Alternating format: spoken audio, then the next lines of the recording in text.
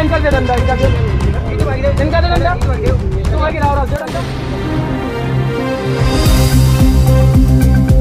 देश दुनिया की बेहतरीन खबरों को पारदर्शिता से देखने के लिए हमारे चैनल को सब्सक्राइब करें। आजादी से पहले भारतीय इतिहास में दलित समाज के साथ जैसा बर्ताव किया जाता था उससे इतिहास भरा था, मगर आजादी के बाद सवर्ण व्यवस्था ने अपने और दलित के बीच की दूरी को कम करने के लिए उसे धीरे धीरे इतिहास के पन्नों से गायब कर दिया।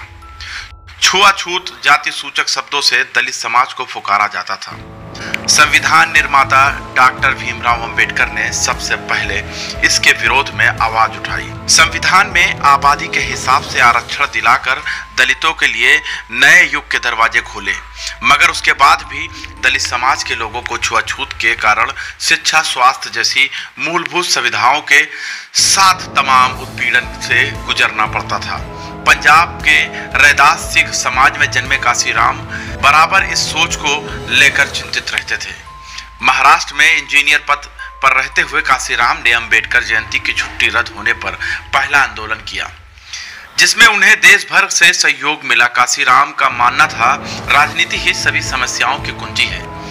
इस सपने को साकार करने के लिए काशीराम ने बामसेफ का गठन किया। संगठन ने बहुत तेजी से विकास किया और देखते देखते संगठन बिना सुविधाओं के ही बहुत तेजी से फैलता गया। फिर 1984 में काशीराम ने बहुजन समाज पार्टी की स्थापना की। गांव-गांव जाकर लोगों को अपने अधिकार के लिए जागरूक करने के दौरान जाति सूचक शब्दों को झेलते हुए काशीराम आगे बढ़ते गए। इसी दौरान काशीराम पर कई बार हमला तक हुआ, मगर सवर्ण व्यवस्था से आहत काशीराम कभी न झुके न थके। तमाम परेशानी झेलने के बाद आखिरकार बसपा वजूद में आई और काशीराम चुनाव जीते। फिर तो बसपा और बहुजन समाज के दिन आ गए। जिस समाज के लोगों को कोई उच्च जाति का व्यक्ति अपने पड़ोस में खड़ा करना अच्छा नहीं समझता था, काशीराम की मेहनत से वो सत्ता में हिस्सेदारी में आ गई। बहुजन की ताकत बढ़ती देख दिल्ली में अटल बिहारी वाजपेयी ने काशीराम के सामने राष्ट्रपति बनाने का प्रस्ताव रखा, मगर काशीराम ने साफ मना कर दिया।